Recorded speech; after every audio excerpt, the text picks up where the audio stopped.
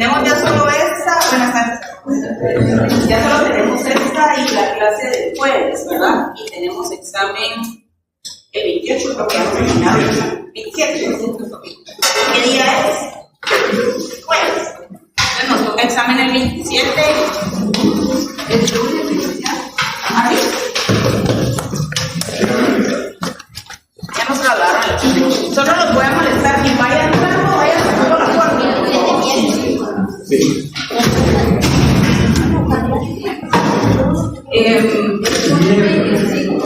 Lunes 25.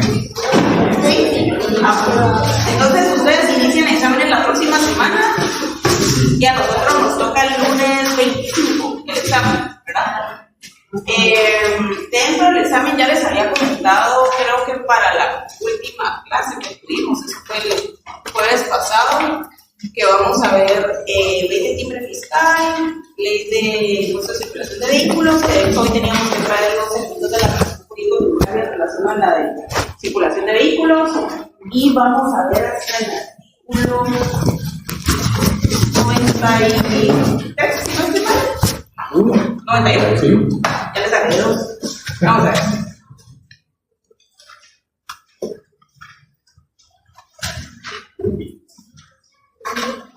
La verdad es que es hasta el 97.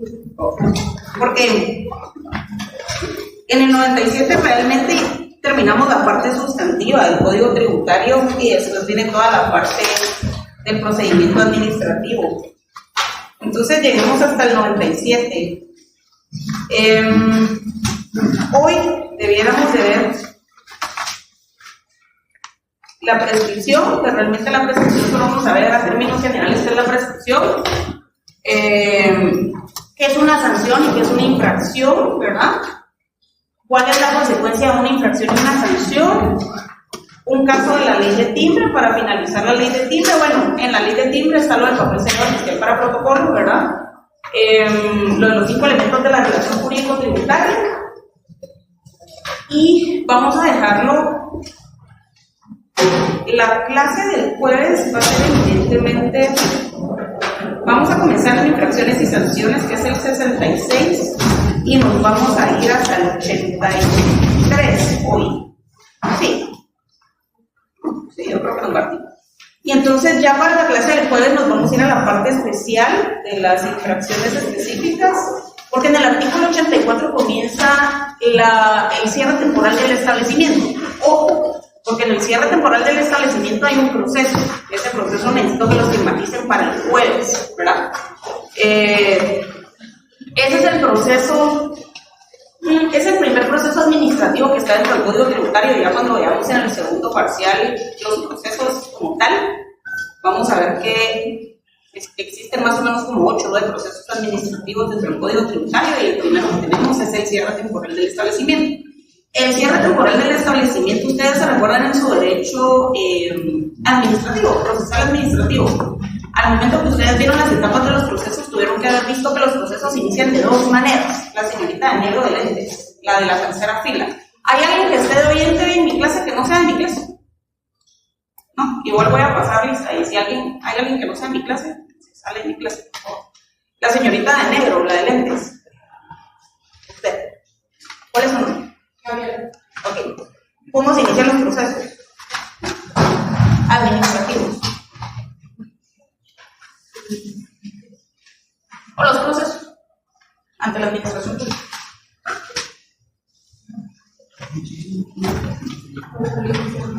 El joven de él. ¿Cómo se inician los procesos? Procesos administrativos.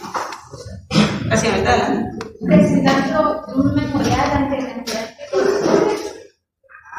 Porque, por ejemplo, en los casos que vimos con anterioridad, si era ante, pues, si es como ante el Consejo Municipal, tiene que llevar contra ellos, pero se tiene que redactar en contra de ellos, y eso inicia todo el proceso que se requiere. Gracias. ¿Sí? Ya no sé, en este caso, dijo que eran 2 tipos, ¿verdad? De oficio y apelación de parte. De oficio y de apelación de parte. Los procesos de carácter administrativo.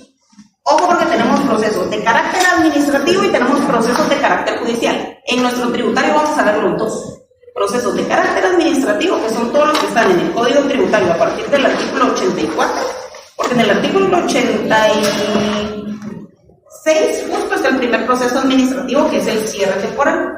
Después se van a dar cuenta, pero eso lo vamos a ver en el segundo parcial, que a partir del artículo 98 inicia la parte procedimental del Código Tributario. Pero esa parte procedimental del Código Tributario realmente es eminentemente administrativa. ¿Por qué se menciona que es eminentemente administrativa? Porque se lleva ante la administración pública, eso quiere decir ante la Superintendencia de Administración Tributaria. Si es eminentemente administrativa, debe de haber también una vía judicial, pero eso lo vamos a ver, por ahí está. Ahí está, traigo la ley de lo contencioso administrativo, ¿verdad?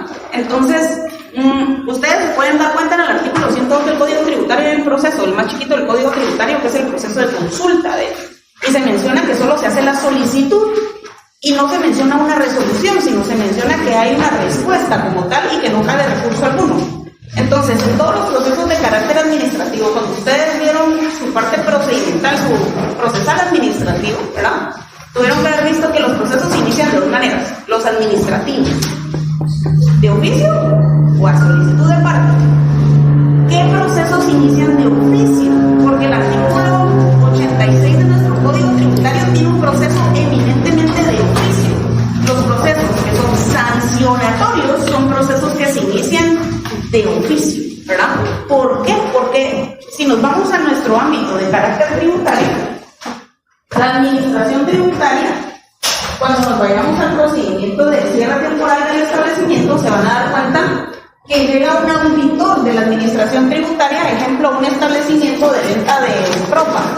Llega al establecimiento de venta de ropa y verifica si está cumpliendo con las normas de carácter tributario. ¿Cuáles son estas normas de carácter tributario? Una de ellas es emitir la factura, que la factura sea legible. Y entonces, ¿qué sucede si llega? Claro, no va a llegar con sus carnets de administración tributaria, ¿verdad? Llega bajo de agua. Entonces, compra, pide la factura. Si el establecimiento no le da factura, entonces eso es una sanción, es una infracción. Y la infracción, ¿qué es? Una acción u omisión. Cuando nos vayamos al Código Tributario menciona, la infracción es una acción u omisión. ¿Por qué? Porque yo estoy omitiendo el entregar factura, ¿verdad? O el realizar algún acto que esté en contra de la norma de carácter tributario. Entonces, derivado de eso, cuando llega el inspector de la superintendencia, levanta acta de lo sucedido. Y esa acta inicia el proceso de oficio.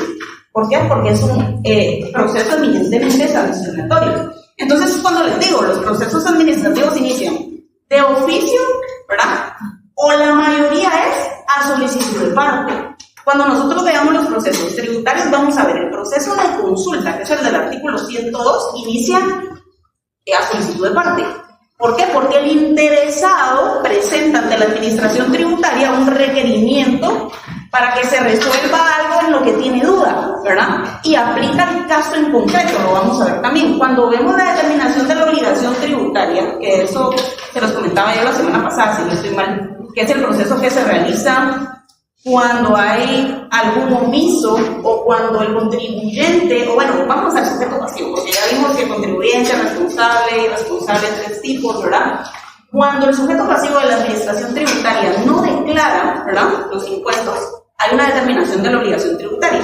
Esa determinación de la obligación tributaria inicia de oficio, ¿verdad? Pero el contribuyente, a solicitud de la administración tributaria de la información, el contribuyente puede brindar información o bien no brindarla, y entonces es cuando se vuelve determinación sobre base cierta o sobre base presunta, ¿verdad? Pero bueno, si nos retrotraemos, porque les estoy haciendo mención de esto, ¿por qué? Por el procedimiento administrativo de sanción e infracción. Entonces, pero volvamos un poquito, porque tenemos que ver la prescripción, ¿verdad? Así a muy grandes rasgos, pero ahorita vamos a entrar en el proceso de sanción.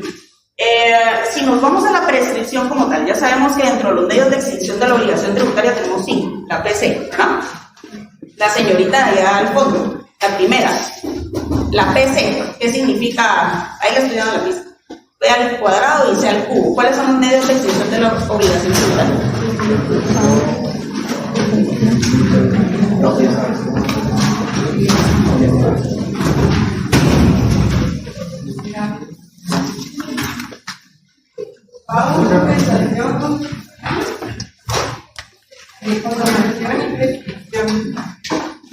Dentro de la prescripción, el joven de rosado que acaba de entrar hasta allá atrás, el de lentes.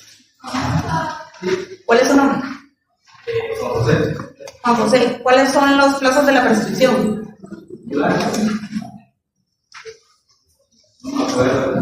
¿Está en mi clase? Acá adelante, los plazos de la prescripción. Plazos de la prescripción. Decimos que me lo digo. Sí, 5 años por consejos especiales. Ojo acá, 5 años, artículo 76, ¿verdad? Del Código Tributario. Ese lo anotamos la última vez. 5 años por infracciones y sanciones. Por todo lo demás se aplican los 4 años. Ahora, ¿por qué vamos a entrar a ver la prescripción? Realmente, ¿por qué me interesa entrar a la prescripción? La semana pasada vimos el jueves las formas de interrupción de la prescripción, ¿verdad? Eso es algo bien importante para el examen. Las formas de interrupción de la prescripción, léanlas otra vez, un par de veces léanlas. ¿Por qué? Porque en la prescripción nosotros tenemos 2 tipos de prescripción. En el derecho, si lo queremos ver así de manera general, tenemos la suspensión de la prescripción y nuestro Código Tributario nos menciona la interrupción de la prescripción, ¿verdad? Ahora, nuestro amigo contador, ¿cuál es su nombre? José. Usted nos va a apoyar con eso. ¿En dónde se le notifica al sujeto pasivo de la obligación tributaria, dígase el contribuyente? ¿En dónde se le notifica? En este caso, si nos tiene agencia virtual, notifica como personal. ¿En dónde? En el establecimiento local. O en el domicilio tributario, o que el propietario en este caso es el contribuyente de U, se hace notificación de forma personal, o si lleva contabilidad, se notifica al contador que está registrado en la agencia virtual. En el domicilio fiscal. En el domicilio fiscal. Ahí se le notifica al sujeto pasivo. ¿Se recuerdan que ustedes en su civil vieron el domicilio?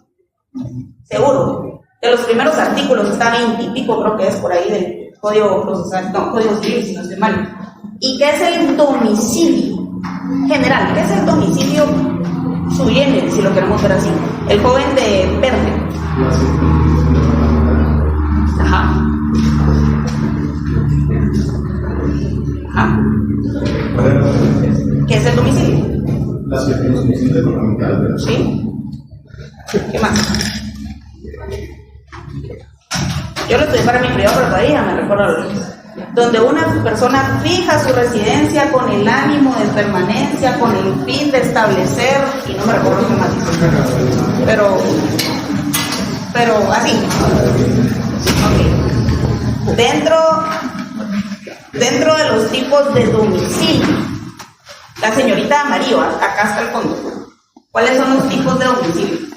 Cuando uno le enseña el domicilio en su civil, le dicen el domicilio es la circunscripción departamental donde una persona, y la vecindad también, porque la vecindad es la circunscripción municipal, recuerdo yo, a lo lejos, ¿verdad?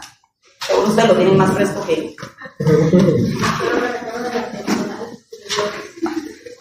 el domicilio temporal, ajá. ¿Qué otros hay? ¿Qué otros tipos de domicilio? El contractual, ajá, por ahí medio. El joven, el de negro, el de la primera fila, el de negro. ¿Sí? ¿Cuáles son los tipos de domicilio?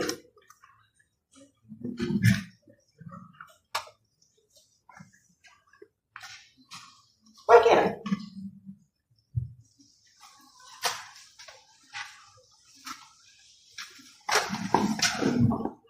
Fiscal. ¿Dónde está contenido el domicilio fiscal? Si tuviera que dar un fundamento legal.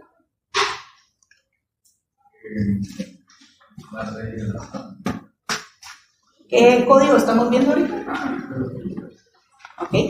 Entonces, cuando ustedes les enseñaron el domicilio, seguramente vieron el domicilio el temporal, el permanente, el del vagabundo, el contractual. Hay como 7 domicilios en el código civil. Y entonces le preguntan a uno, normalmente, cuando le dan su civil. Y también prueba. ¿Y qué otros tipos de domicilio conoce que no estén en el código civil? Y entonces uno de los domicilios, recuerdo que hay 2. pero uno de ellos es el domicilio fiscal. Entonces, ¿en dónde se le notifica a un sujeto pasivo de la obligación tributaria? En el domicilio fiscal. ¿Y qué es el domicilio fiscal? Si nos vamos a hacer un concepto propio, sería la circunscripción departamental. No lo copien porque la verdad es que es propio. La verdad, podría estar equivocado. Estoy armándolo con todo. No lo saqué de un libro. Solo es para que tengan la idea como tal, armando una y otra. Entonces es esa, pero si quieren copiarlo, pues, es esa circunscripción departamental en donde el sujeto pasivo de la obligación tributaria fija, ¿verdad?, su domicilio para efectos tributarios. Entonces, ¿en dónde se le notifica al sujeto pasivo? En el domicilio fiscal. ¿Dónde está el domicilio fiscal normalmente? Así como nosotros, las personas individuales, en nuestra casa, o como lo mencionaba, ¿cuál es su nombre? Josué. Muchas veces se pone la dirección del contador, o ejemplo, si es una empresa donde esté la empresa, y bueno, la cosa es que tenemos un domicilio fiscal, ¿verdad? Ahora, ¿por qué es importante el domicilio fiscal y por qué les hago relación a lo de la prescripción? Porque volvemos a que estamos en la prescripción, ¿verdad? La interrupción de la prescripción. Ejemplos.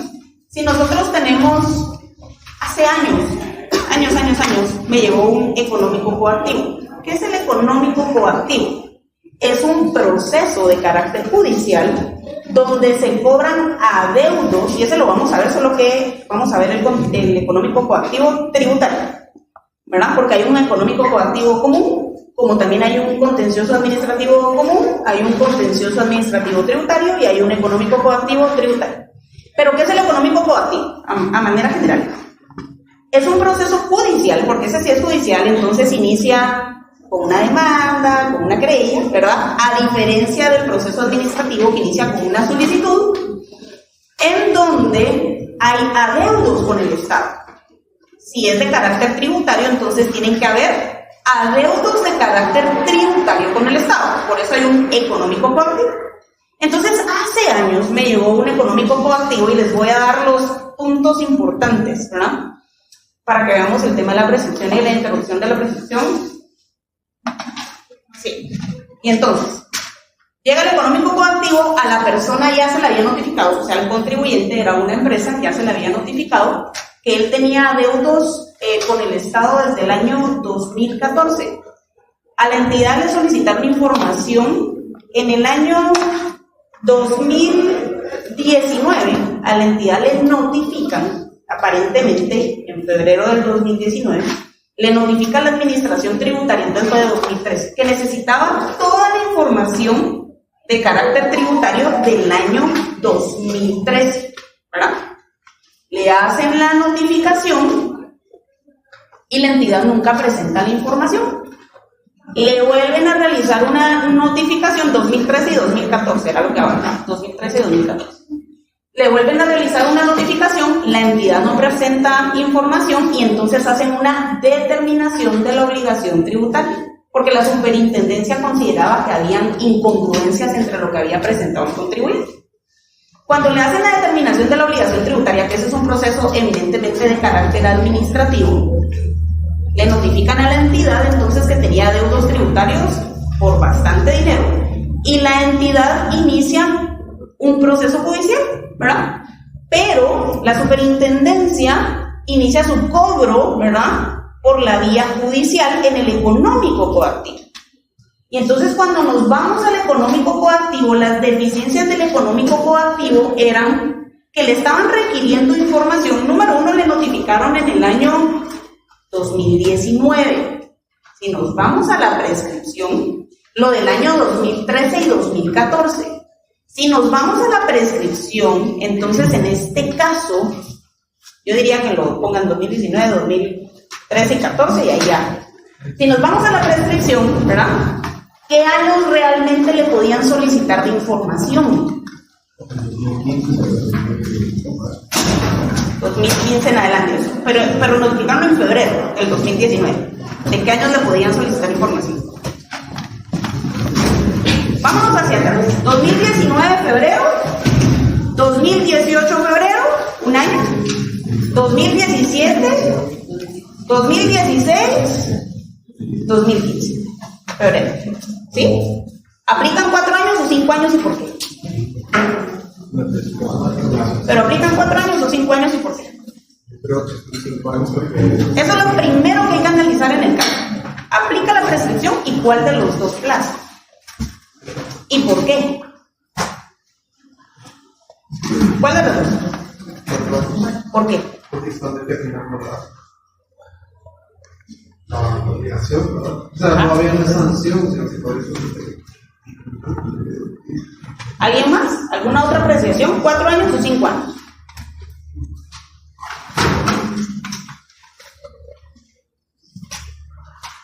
O sea, se solicitó la información para determinar Ajá. A ver, de este lado están muy calladas, chicas. Allá al fondo, la señorita. 4 años o 5 años. ¿Por qué?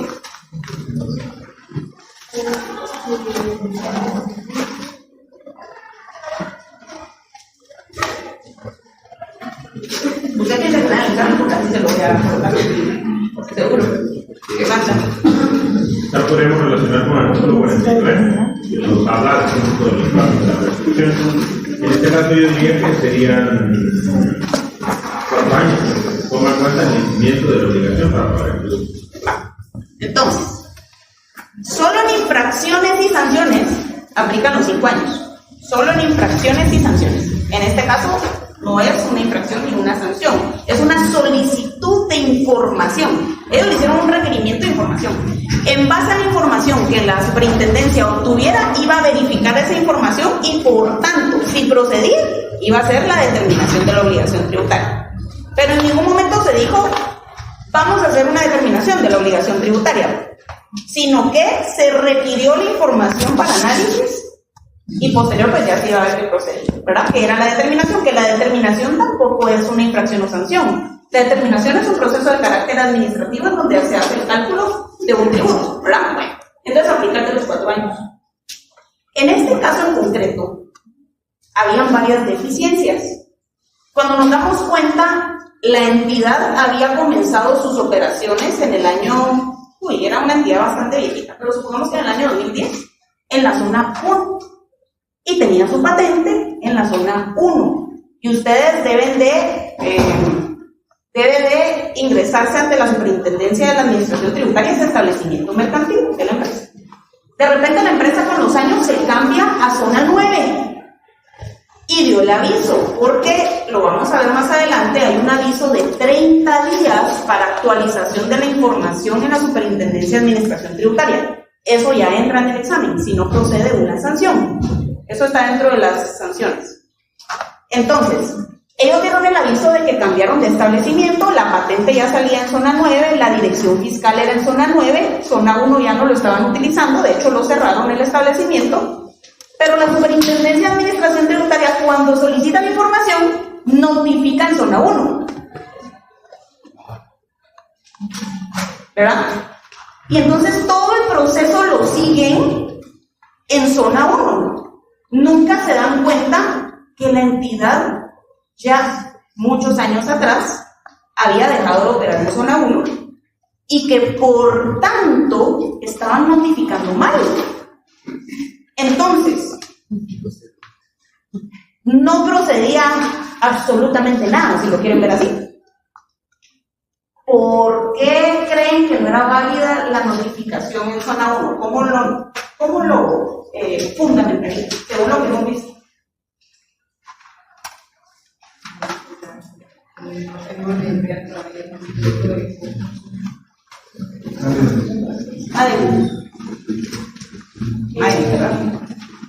No procede porque no estaban siendo notificados en un domicilio fiscal. Y si lo tuviera que fundamentar, ya vimos esos artículos, no está más allá de lo que nos dice. Cuando solo un favor ahí para el examen, primer parcial, es que miren ustedes, me cuesta calificar la letra de carta, porque hay algunos que hacen letra de carta que parecen médicos y cuesta mucho calificar. Entonces, si pueden hacerla o bonita de carta o mejor no. A ver, dentro de lo que ya vimos, ¿Cuál sería el fundamento legal?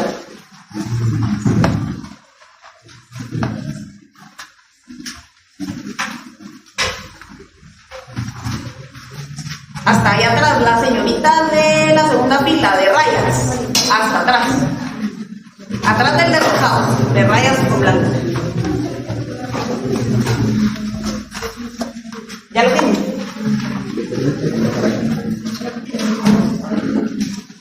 La última de la segunda fila también.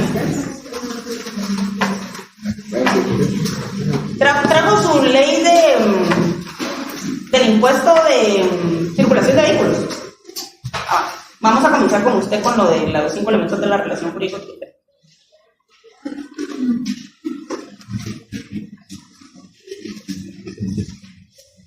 No, ya se fueron muy lejos.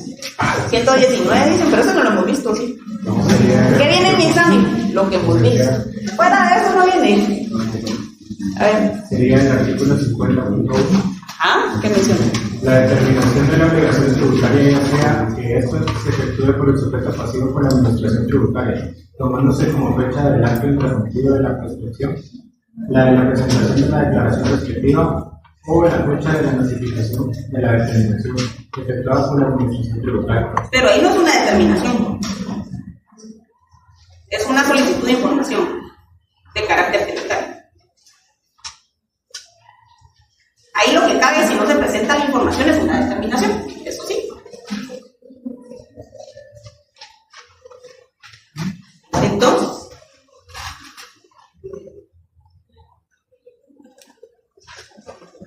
la notificación interrumpe la prescripción. Podría ser. Entonces, ¿qué decía la administración tributaria? En este caso, la administración tributaria, número 1, había una prescripción. Ese es uno. Pero la administración tributaria después requirió información de otros años. ¿Verdad? Eso ya no se responde. Requiere información de años subsiguientes, pensando que estaba notificando bien. Y entonces se va como por 3 años más. Y el contribuyente ni en cuenta. Entonces, cuando llega el económico coactivo, ahí le notifican bien en la dirección de zona 9. Hasta ahí, cuando ya habían medidas. Cuando ya había medidas precautorias, el contribuyente se da cuenta de que había un proceso de solicitud de información, determinación de la obligación tributaria y demás, y que entonces se plantea, ¿verdad?, un recurso, y la administración tributaria menciona, ¿no? Si yo sí notifiqué, acá están las notificaciones, y de hecho sí, estaban las notificaciones, que cuando la gente no quiere recibir y ponen que no quiso firmar, entonces alguien recibía, pero seguramente... pero nunca, o sea, ellos nunca se dieron cuenta que habían cambiado de establecimiento. Entonces el contribuyente les dice, entonces la SED viene y se va con todo. Ah, bueno, entonces ahora presentame la información desde ese año, ¿verdad? Ya cuando llegamos al económico coactivo. Presentame la información desde el año que te lo requerí, que fue el año 2015, ¿verdad? Para acá, porque yo te había notificado. Nosotros no. Acá no hay interrupción de la prescripción. Porque interrumpe la prescripción la notificación válidamente hecha. ¿Qué sucede si ustedes les quieren notificar algo y se lo notifican a su vecino? 3-12 y notifican en el 3-11. Esos no son ustedes. A la par puede ser, pero no son ustedes, ¿verdad? Entonces nosotros comenzamos y no, aquí usted nos puede pedir información de los últimos 4 años, como que si fuera un proceso nuevo, pero para efectos de nuestro económico coactivo, de lo que usted nos está cobrando, que es del año 2015 y 2014, eso ya prescribió, ¿verdad? Entonces, por eso es lo importante ustedes de la interrupción de la prescripción. ¿Y qué hace la interrupción de la prescripción? Se interrumpe la prescripción mediante una notificación. Si la notificación hubiera sido válida, hubiera estado bien hecha, ¿verdad? Posiblemente analizando, habría que analizar los años y todo lo demás. Ahí hubiera interrumpido la prescripción, ¿verdad? Entonces, y hubieran podido comenzar el tiempo, ¿verdad? Entonces, importantísimo, ustedes que tienen que ver en los procesos judiciales, cuando les llega un proceso judicial, número 1, que la notificación, hay notificaciones que deben de ser sí o sí personales. ¿verdad? Hay un listadito ahí de notificaciones que sí o sí deben de ser personales. Que se haya hecho de manera correcta, ¿verdad? El lugar para notificar, la parte, ¿verdad? A quien se le notifique. O sea, eso es lo primerito dentro de un proceso. ¿Por qué? Porque si no, el proceso, la notificación puede ser nula, ¿verdad? Hay una nulidad de la notificación. Eso lo vamos a ver en el Código Tributario porque también está en el tema de la notificación. Entonces, importante con la prescripción. La interrupción de la prescripción es importantísima, ustedes. Para efectos del examen y para es importantísima la interrupción de la prescripción. Saber bien que únicamente para sanciones e infracciones la interrupción aplica de los, la prescripción aplica la de los 5 años. Únicamente para sanciones e infracciones, artículo 76 del Código Tributario, ¿verdad? Si nos vamos a la ley del timbre, ¿qué nos hizo falta en la ley del timbre realmente? El impuesto de protocolos, porque se llama Ley de Timbre Fiscal y de Papel Sellado Oficial para Protocolos. Les presenté la vez pasada, en las diapositivas había un acuerdo en donde están las características de la hoja de protocolos. Para efectos de mi examen, eso era algo extra porque ustedes lo querían leer, seguramente se los podrían llegar a preguntar en un notariado en su examen, no más allá, en un tributario nada que ver, ¿verdad?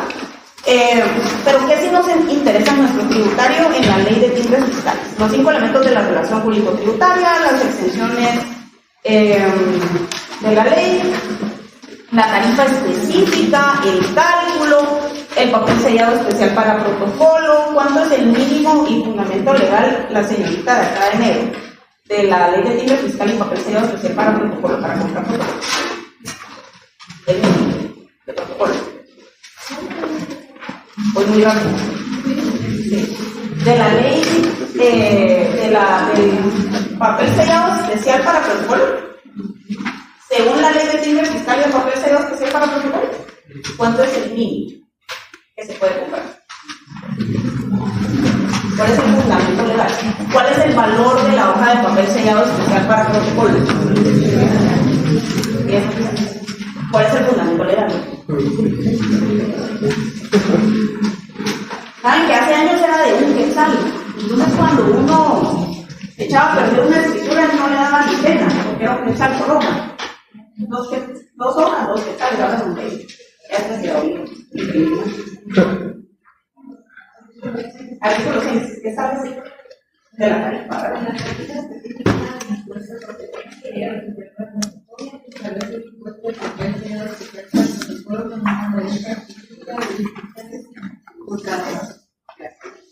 El lote de papel sellado especial para protocolo, la señorita de la primera fila hasta el fondo con la pañoleta en la. ¿Su ley? ¿Qué establece su ley?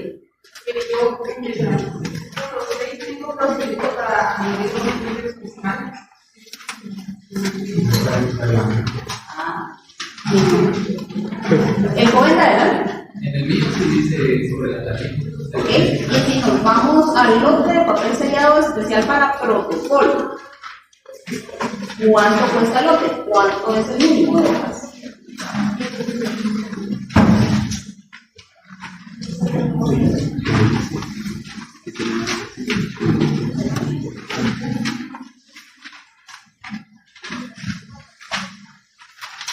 ¿Cuánto será el mínimo? Y de hecho les dice hasta, no se le llama ganancia, pero hasta la ganancia. Comisión. Es del 10%.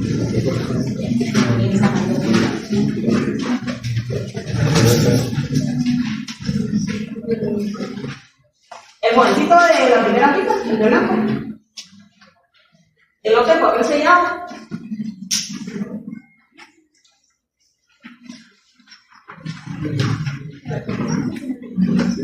A ver, adelante. Es el artículo, ¿Está bien? artículo 28 de la Comisión. A los patentados para el expendio de especies fiscales se les reconocerá como comisión un 10% sobre el monto de sus compras, la que se pagará con dichas especies. A los notarios que sean colegiados activos se les reconocerá como comisión el 10% en el acto en que realicen las operaciones siguientes.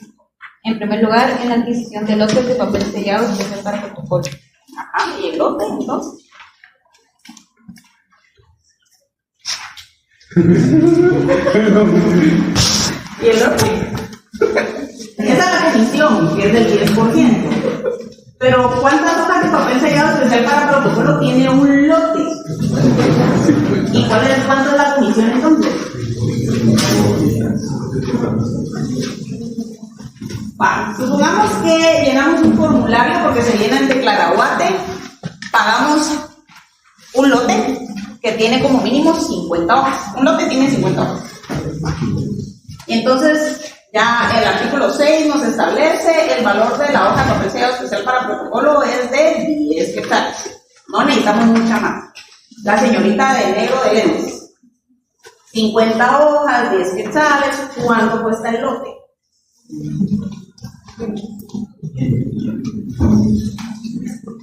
500, con seguridad. 500. Perfecto. Y entonces menciona el artículo 24, ¿no? 28 de la ley de timbre fiscal y papel sellado especial para protocolo, que la comisión es del 10%. El joven de adelante.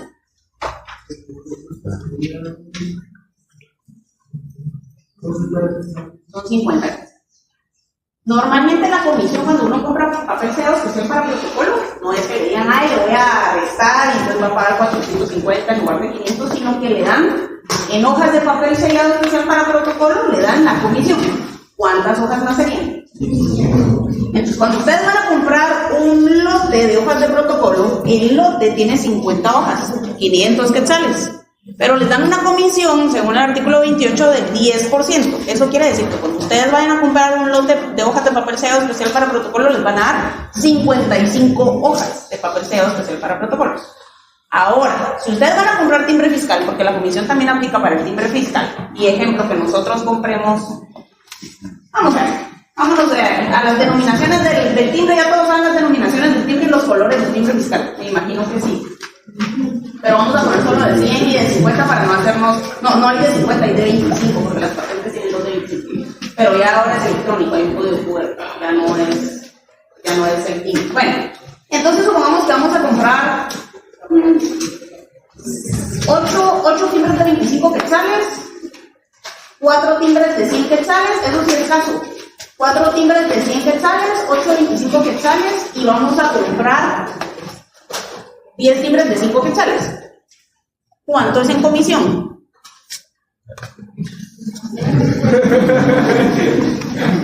8 de 25 quetzales, 4 de 100 quetzales y 10 de 5 quetzales.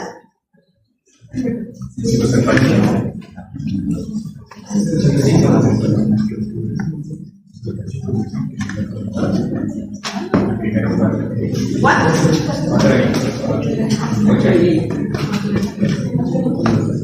Ya todos terminamos, ¿no? ¿Cuánto es de comisión? 65 quetzales de comisión. 65 quetzales de comisión. A todos nos dio 65 o 55. ¿Cuánto nos dio? Miren pues, 4 de 25. ¿Cuántos 25 caen dentro de 100? No, 8 de 25. 8 de 25. ¿Cuántos 25 caen dentro de 100? 4. Duplíquenlo, son 200.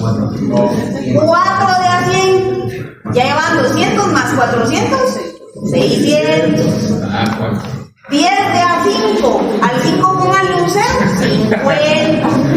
650. En el examen no van a entrar calculadora. No, esas mates están bien sencillas.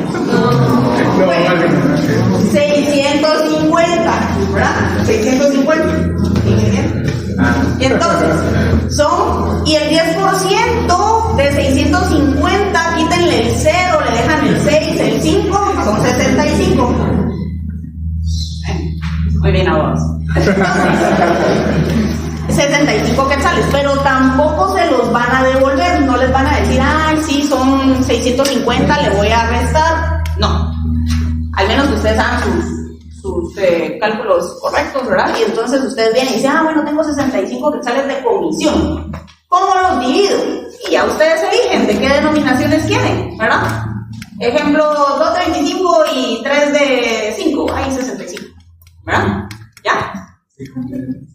Que combine más los de 5, entonces yo me iría a 7 de 5, Y entonces en lugar de 10 tendría 17, ¿verdad? Ya con ese dinero. Así. Entonces, así. Eso es lo que vamos a ver en la ley de timbres, ¿verdad? Los casos específicos, artículos 2 y artículo 3, que es lo más importante de la ley de timbres, artículos 2 y 3. Eso. Si ustedes manejan el artículo 2 y el artículo 3, manejan la ley de timbres completa. Y no calculadora. Ahora, la señorita de blanco de rayas. No, la de atrás de la de rayas. Ley de impuesto de circulación de vehículos. ¿Cuáles son los 5 elementos de la relación jurídico-tributaria? En toda la ley vamos a ver lo mismo.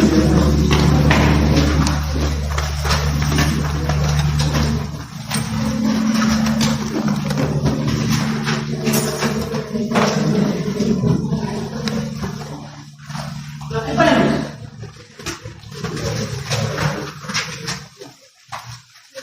Eso no está en la ley. Solo me lo tienen que mencionar. Hecho generador. Ese es el periodo de imposición.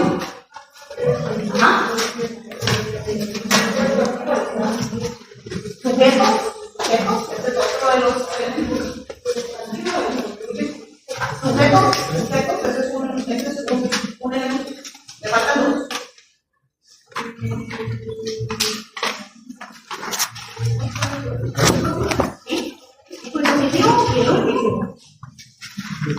Es el monto sobre el cual se va a pagar el impuesto. ¿Se denomina?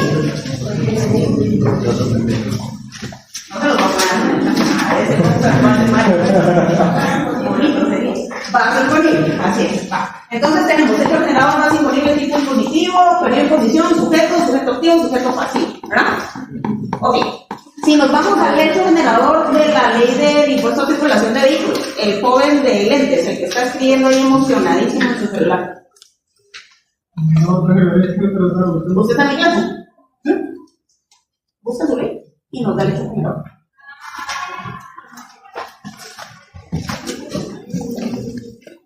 ¿Cuál es su nombre? Pablo. ¿Pablo qué?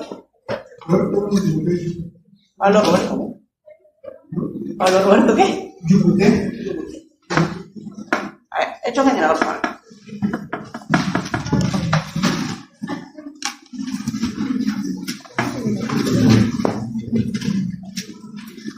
Acá lo escuchamos, Pablo.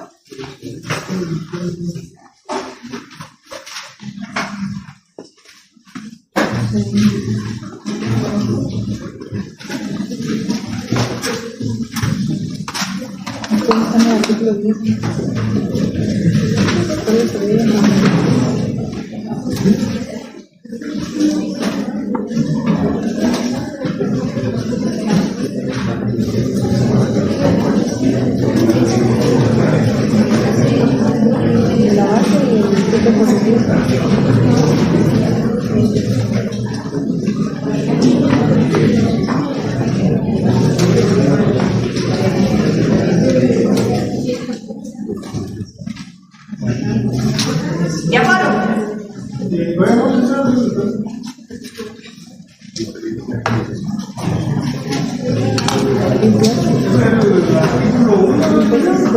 ¿Qué establece el artículo 1? Se establece un impuesto anual por circulación de vehículos terrestres, marítimos y aéreos que se desplacen en el territorio nacional, las aguas y espacio aéreo comprendido dentro de la soberanía del Estado. ¿Alguien más que tenga otro hecho generador? Artículo 109. ¿Artículo? 109. ¿Qué establece? Establece impuesto se genera con la primera inscripción en el registro fiscal de vehículos de los vehículos automotores terrestres nacionalizados, ensamblados o producidos en Guatemala. Se prohíbe la importación y la inscripción en el registro fiscal de vehículos automotores terrestres nacionalizados de la forma siguiente: el constitucional. Bueno, hola, ¿qué tal? Inciso 3, vehículos automotores terrestres. Esa ley es de Guatemala.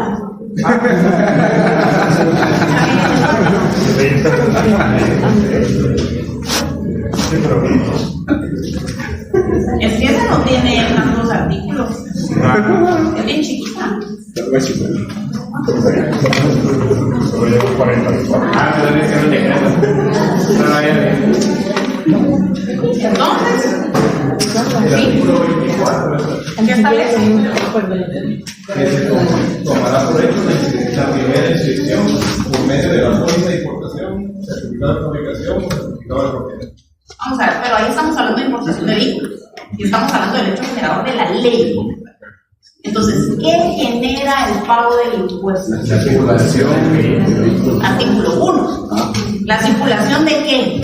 Vehículos terrestres, marítimos y aéreos. Vehículos terrestres, marítimos y aéreos, ¿verdad? O sea, tenemos 3 tipos de vehículos. ¿Y qué genera? ¿Cuál es el acto que genera el hecho generador? La circulación del vehículo. Aparte de la importación del vehículo, ¿verdad? Otro hecho generador totalmente diferente. Y para la importación de vehículos seguramente tiene que haber su propia tarifa, ¿verdad? Para el tema de la importación del vehículo como tal.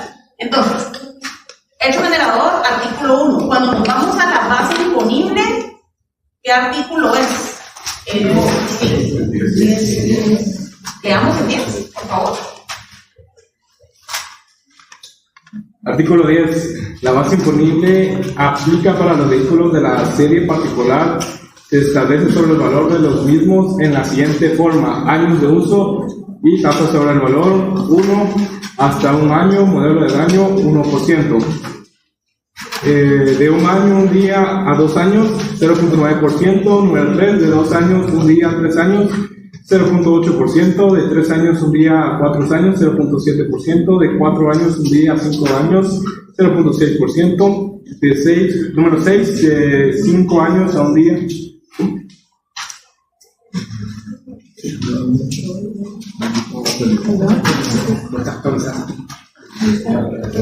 Voy a leer la otra. Dice,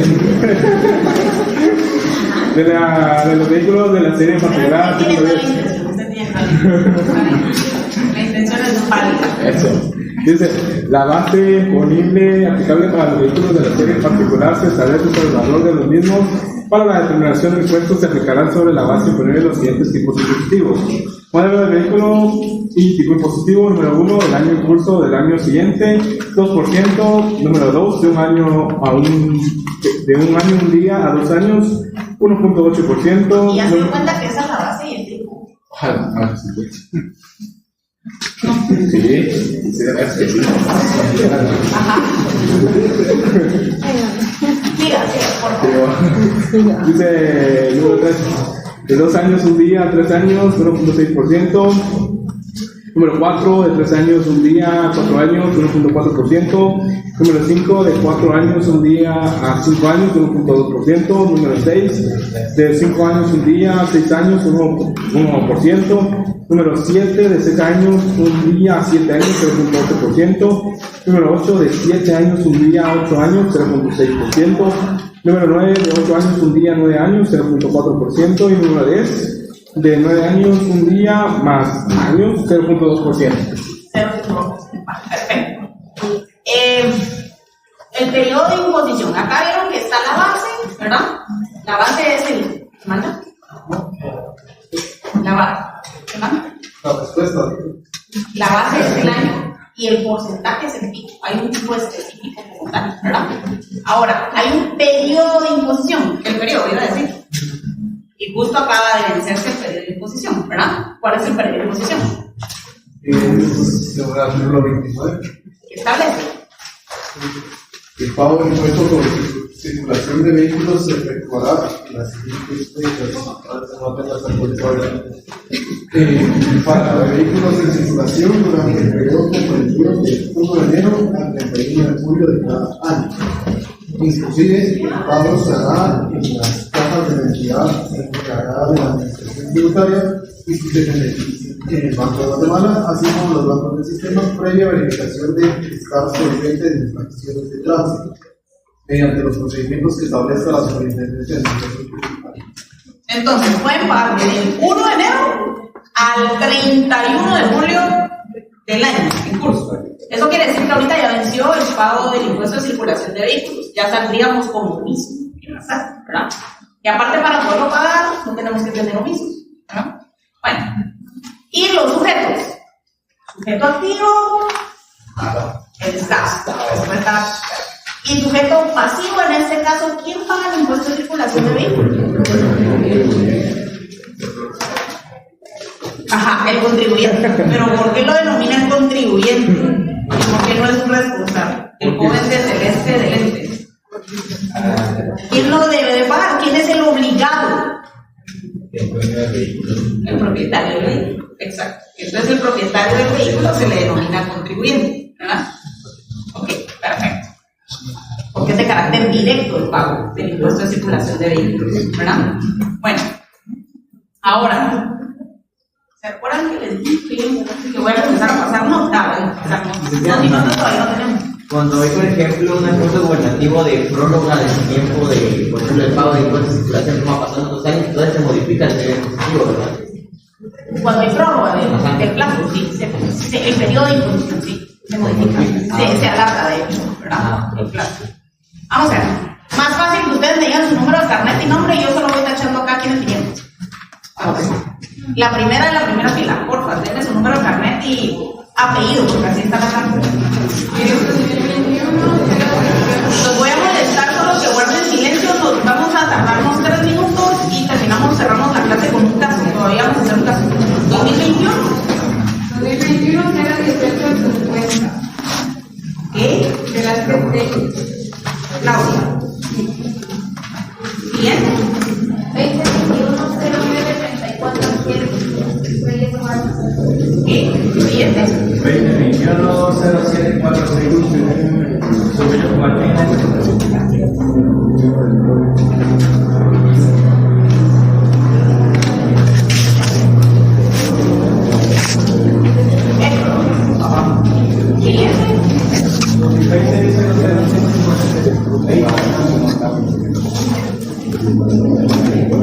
¿Qué? Siguiente. 2021 0921 aplicante.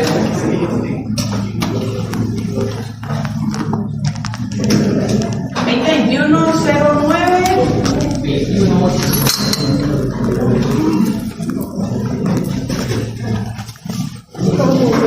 Carlos.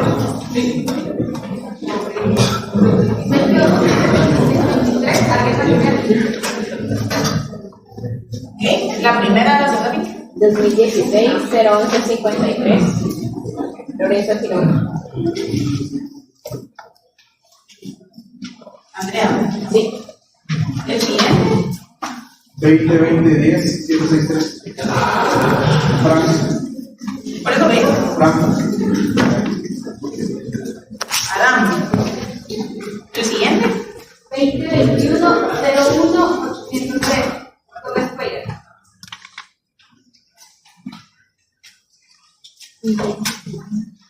La siguiente. 2021 0755 Fuentes Saucedo.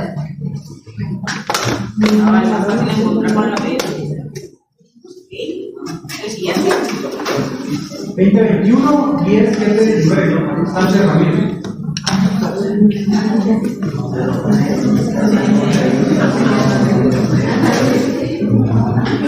Les voy a poner el caso de una vez, así siguen viendo el caso mientras yo sigo lo más fácil. Más fácil, ¿verdad? Vamos a ver un caso en razón de las sanciones, infracciones de carácter tributario. Si nos vamos a las sanciones e infracciones, si se dan cuenta, comenzamos en el artículo 66 de las infracciones y sanciones, ¿verdad? Ahora, hay algo bien importante en el artículo 66, menciona que las infracciones no son de carácter retroactivo, ¿verdad?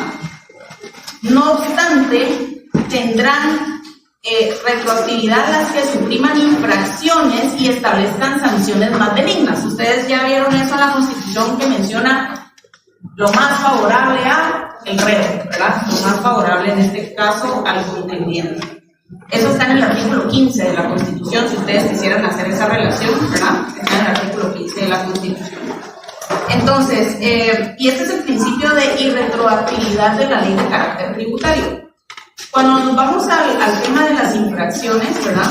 Solo para entrar un poquito en contexto, La infracción es toda acción o omisión. De hecho, la definición de infracción de carácter tributario la ven en el artículo 69 del Código Tributario, que menciona, es toda acción o omisión que implique violación de las normas de carácter tributario de índole sustancial o formal. Constituye infracción que sancionará a la administración tributaria en tanto no constituya delito. ¿Por qué en tanto no constituye delito? Porque la infracción se ve de carácter administrativo, mientras que el delito de carácter judicial, ¿verdad? Entonces, o faltas sancionados conforme a la legislación penal. La infracción se ve únicamente con los procesos del Código Tributario, mientras que el delito se ve con los del Código Penal. Cuando se incurra en la comisión de cualquiera de las infracciones tributarias contenidas en el artículo 85 de este código, que si nos vamos a las del 85 es las infracciones sancionadas con el cierre temporal del establecimiento. Se procederá de conformidad con lo establecido en el artículo 86, que es el esquema que vamos a traer para el juez, el del artículo 86 del cierre temporal del establecimiento. Hay causales que conllevan el cierre temporal del establecimiento, ¿verdad? Esas están en el artículo 85 del Código Tributario. Ahora, si nos vamos al caso en concreto, la entidad Los Pasos Sociedad Anónima, es dueña de un restaurante de venta de hamburguesas. La entidad fue constituida el 1 de julio del 2025. 1 de julio del 2025, o sea, este año. Y quedó debidamente inscrita en el registro mercantil el 15 de julio de 2025.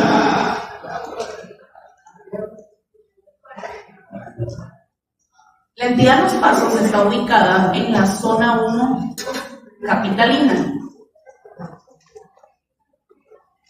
Sin embargo, hoy es 11, ¿verdad? Sin embargo, el 11 de agosto, o sea, hoy, le solicitan el cambio de establecimiento mercantil y dirección fiscal.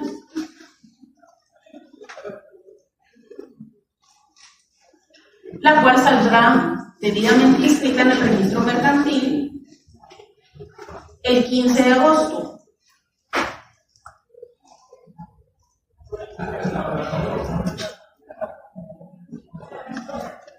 El supervisor de la SAT, José Rodríguez, ayer fue a comer al restaurante de hamburguesas con su familia. Al momento de trasladarle la cuenta, pudo verificar que el establecimiento, que la patente del establecimiento está consignada en zona 9, mientras que el restaurante se encuentra en zona 1. Asimismo, la cuenta era de 500 quetzales y al momento de pagar en efectivo se dio cuenta que en ningún momento le dieron factura. Ahora acá hay 4 preguntas, ¿verdad? Número 1, ¿cuándo vence el plazo para la habilitación de la SAT virtual? ¿Cuándo vence el plazo para la habilitación de la SAT virtual? 2. ¿Cuándo vence el plazo para la actualización? ¿Otra vez? Sí. Si me dice regreses al caso, lo tengo en mente, pero no lo tengo en mente. Los numerales, numeral 1. ¿Cuándo vence el plazo? ¿Cuándo vence el plazo para la inscripción en la SAT virtual de la sociedad? ¿Cuándo vence el plazo? Y acá viene una contrapregunta realmente para la respuesta como tal. ¿Qué sucede si no se hace el plazo?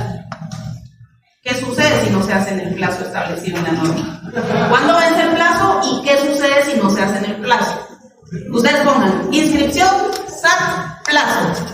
¿Y qué sucede si no se inscribe? Más fácil. Pregunta 2. sería inscripción, patente, no, actualización del establecimiento mercantil. ¿Cuál es el plazo para actualización del establecimiento mercantil ante SAT? Claro está. ¿Cuál es el plazo? ¿Cuándo vence el plazo? Nos vamos al artículo 5 del Código Tributario en razón de los plazos, ¿verdad? ¿Cuándo vence el plazo?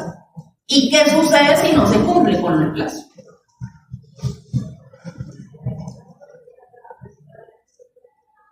Después sería, ¿cuál es la infracción que usted ve en el caso, en razón del establecimiento, de la ubicación del establecimiento? Y por último, ¿y cuál es la sanción a esa infracción? Claro está. ¿Cuál es la infracción y cuál es la sanción? Y por último, ¿qué procede por no entregarse factura? Entonces, se dan cuenta, el caso está desglosado en 4 partes, bien marcadas por fechas y por etapas. Yo lo que hago cuando hago algún caso, mi recomendación es agarrar, y si ustedes desean marcar con una reglita como cada una de las partes del caso, porque el caso es bastante ordenado y en razón de eso vienen las preguntas. Ejemplo, primero está, yo me iría, si lo escribieron todo, la inscripción y la fecha, ¿verdad? Y ahí pondría mi primera parte del caso, después pondría la patente y lo que conlleva, mi segunda parte del caso, después me iría al auditor y lo que sucedió inicialmente, que fue que el establecimiento está controlado, mi tercera parte, y mi última parte es no se entregó factura. Entonces, cuando hagan un caso, léanlo 2 veces y divídanlo. Lo pueden dividir en el examen, de hecho he tenido alumnos que lo dividen ahí mismo, o subrayen con resaltador, ¿verdad? ¿Hasta dónde? Y después se van a las preguntas. Si se dan cuenta, las preguntas son 4. La primera pregunta tiene 2 respuestas, la segunda pregunta tiene 3 respuestas, ¿verdad? La tercera pregunta, que es en razón del establecimiento, tiene 2 respuestas, y la última es un poquito más compleja. Eso quiere decir que llevamos 3, 2, 5, 2, 7... Seguramente ese caso estaría más o menos en 10 puntos. Si lo quieren ver así. En 10 o en 20, porque si lo... ¿verdad? Entonces, son 10 puntos. La última valdría 3 puntos, que es la más difícil, ¿verdad? La primera, que tiene 3 preguntas, valdría 1 punto cada una. La segunda, que tiene 2 preguntas, 1 punto cada una, llevamos 5 puntos. La tercera tiene 2 respuestas, 1 punto cada una. Y la última, que es la más compleja, 3 puntos. 10 puntos se juegan en ese caso. ¿Sí? Por. ¿Qué más?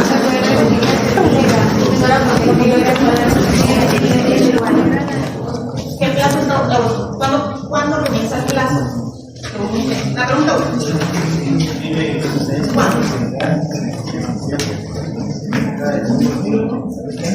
¿Cuándo?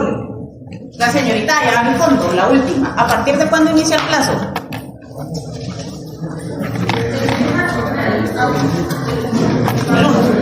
¿El joven de Celeste? Miren, pues recuérdense que en mis casos siempre hay un poquito de truco, de análisis, ¿verdad? Por eso les decía, traten de dividirlos para que se les haga más sencillo. La Constitución fue el 1 de julio. Ojo, acá la palabra clave es: quedó debidamente inscrita el 15 de julio. ¿A partir de cuándo inicia la personalidad jurídica? A partir de su inscripción. ¿Sí? Ese es el primero. En el segundo igual hay... Bueno, no hay tanto truco, está bien fácil. Hoy se lo solicitaron, hoy 11 de agosto, y quedará inscrita el 15 de agosto. Entonces comienza el plazo a partir de la inscripción de la patente, que es el 15 de agosto. Solo porque, ejemplo, si ustedes estuvieran mal y hubieran tomado desde el 1 de julio, el cómputo del plazo está mal, cuando inicia el plazo está mal, y creo que la otra también, entonces son 3 puntos menos de 10. Ya van por 7, ya no por 10. ¿Qué más? Comienza a contar a partir del día siguiente que sería 16. que establece el artículo 5 del Código Tributario. Él nos da la respuesta en razón de los plazos.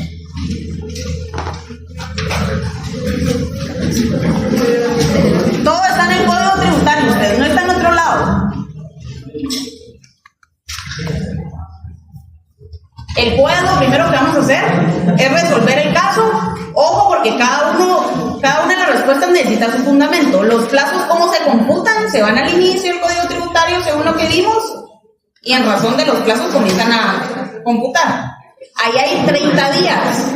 Ojo, el viernes para ustedes es bueno, hay descanso, hay asueto, ¿verdad?